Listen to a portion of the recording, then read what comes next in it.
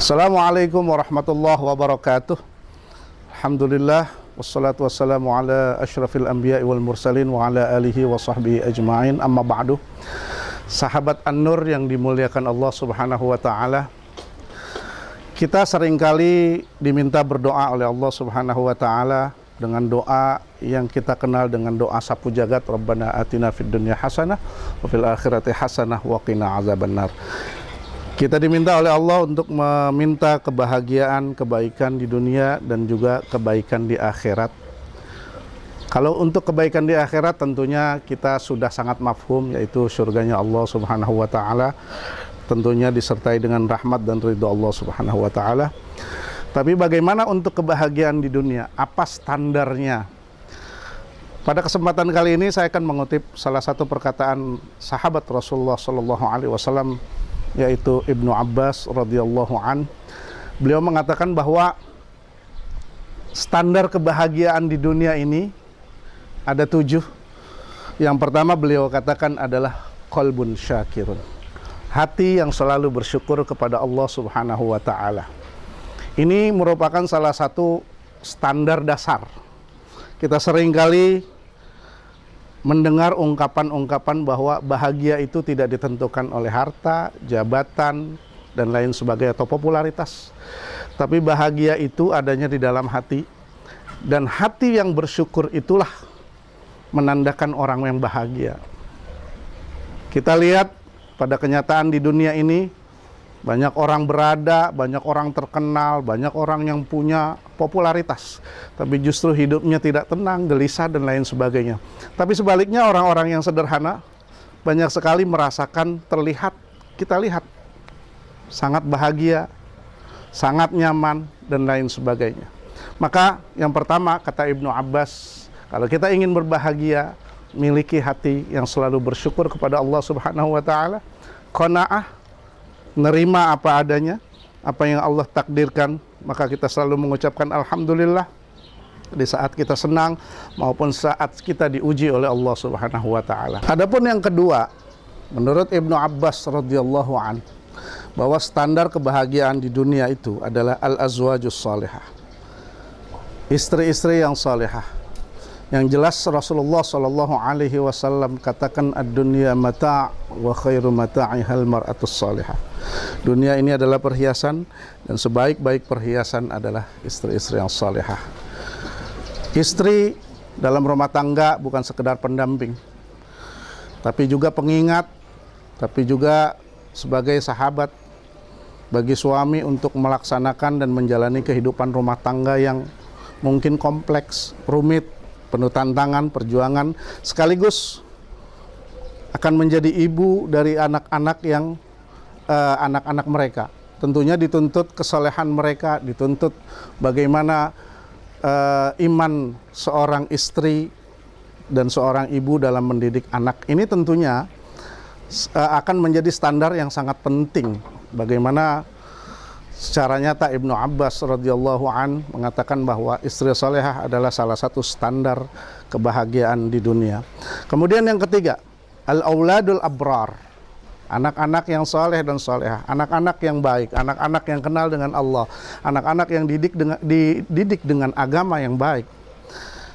Anak seperti kita ketahui bahwa di akhirat nanti akan menjadi 2 kemungkinan, sebagai syafaat atau sebagai na'udzubillah, sebagai fitnah bagi kedua orang tuanya. Tentunya dengan anak yang saleh dan salehah, keturunan-keturunan yang salihin dan salihat, tentunya ini akan menjadi sebuah sumbangsi yang sangat besar kebahagiaan, bukan cuma di dunia, bahkan di akhirat pun akan menentukan bahagia atau tidaknya. Kemudian yang berikutnya, yang keempat, menurut Ibnu Abbas radhiyallahu an adalah al-bi'atus salihah. Bukan cuma istri yang salehah, bukan cuma anak-anak yang baik, maka standar kebahagiaan berikutnya adalah bagaimana kita berada di lingkungan yang baik, lingkungan yang mendukung segala kebaikan kita, tentunya dengan nilai-nilai agama yang kita punya. Bayangkan kalau kita hidup misalnya di salah satu daerah atau negara yang muslimnya menjadi minoritas. Ini menurut kita adalah sebuah tantangan tersendiri untuk menerapkan aturan-aturan Allah.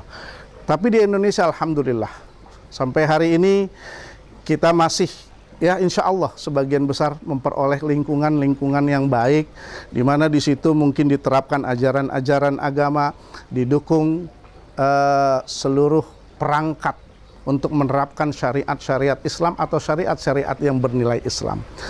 Kemudian yang berikutnya adalah al-malul halal. Yang kelima, menurut Ibnu Abbas radhiyallahu an, standar kebahagiaan di dunia adalah harta yang halal. Apakah harta bisa menentukan kebahagiaan seseorang? Betul. Bukan sekedar banyak, tapi yang paling penting adalah halal dan barokah. Kenapa seperti itu? Salah satu contohnya ketika Rasulullah katakan, inna fil jasadi mudghah, iza saluhat saluhal jasadu kullu, wa iza fasadat fasadal jasadu kullu, ala wahyal qalb. Kata Rasulullah SAW, di dalam tubuh kita ada segumpal daging, jika dia baik maka seluruh tubuh kita baik, tapi jika dia rusak maka seluruh tubuh kita rusak. Apa itu? Adalah hati. Apa hubungannya harta yang halal dengan hati kita? Seperti kita ketahui dalam tubuh kita, hati itu adalah pusat komando. Misalnya ketika kita akan melangkah, maka hati akan memerintahkan kepada otak kita akan memerintahkan kepada kaki kita untuk bergerak. Nah, hati ini ternyata sangat-sangat sensitif merespon makanan, asupan, apapun yang masuk ke dalam tubuh kita. Jika asupan itu, makanan itu, apapun namanya, masuk ke dalam tubuh kita, makanannya halal, maka hati akan cenderung memerintahkan taat kepada Allah Subhanahu wa Ta'ala. Tapi sebaliknya, kalau harta yang kita peroleh dari jalan yang tidak halal atau makanan yang haram, maka hati cenderung akan memerintahkan tubuh kita untuk berbuat maksiat. Na'udzubillah, summa na'udzubillah. Kemudian yang berikutnya, at-tafaqquh fid-din. Ibnu Abbas mengatakan bahwa salah satu standar orang bahagia di dunia adalah paham agama. Seperti yang Rasulullah SAW katakan, may yuridillahu bihi khairan yufaqihu fid-din. Orang-orang yang akan diinginkan oleh Allah memperoleh kebaikan, maka dia akan dipahamkan dalam ilmu agama. Tapi sayangnya banyak di antara kita sekarang kurang ngerti, kurang sadar bahwa agama buat kita itu bukan nomor satu. Banyak orang sudah enggan mempelajari agama, sudah tidak mau menerapkan aturan-aturan agama. Padahal Allah menerapkan syariat, menurunkan syariat, kemudian juga dirumuskan oleh para ulama-ulama kita dalam aplikasi dan implementasi dalam kehidupan kita yang disebut dengan fikih. Itu semua mengatur tentang bagaimana kita memahami agama secara baik. Ketika kita sudah memahami agama secara baik, maka insya Allah segala kehidupan kita akan berjalan dengan lancar. Kita berserah diri kepada Allah, bertawakal kepada Allah, berusaha dengan sebaik-baiknya. Kemudian juga sekaligus kita mengumpulkan bekal menuju akhirat. Dan itulah salah satu tanda bahagia orang di akhirat, di dunia dan akhirat. Dan yang terakhir adalah al-barakatu fil umri, keberkahan dalam umur. Umur kita entah berapa yang dikasih oleh Allah Subhanahu wa Ta'ala, maka kita harus manfaatkan dengan sebaik-baiknya. Sering kita dengar kata berkah. Berkah bukan cuma berarti banyak, bukan cuma berarti kaya, bukan cuma berarti panjang umur, tidak mesti. Tapi barokah menurut para ulama adalah hiya ziyadatul khair, bertambahnya kebaikan dalam hidup kita.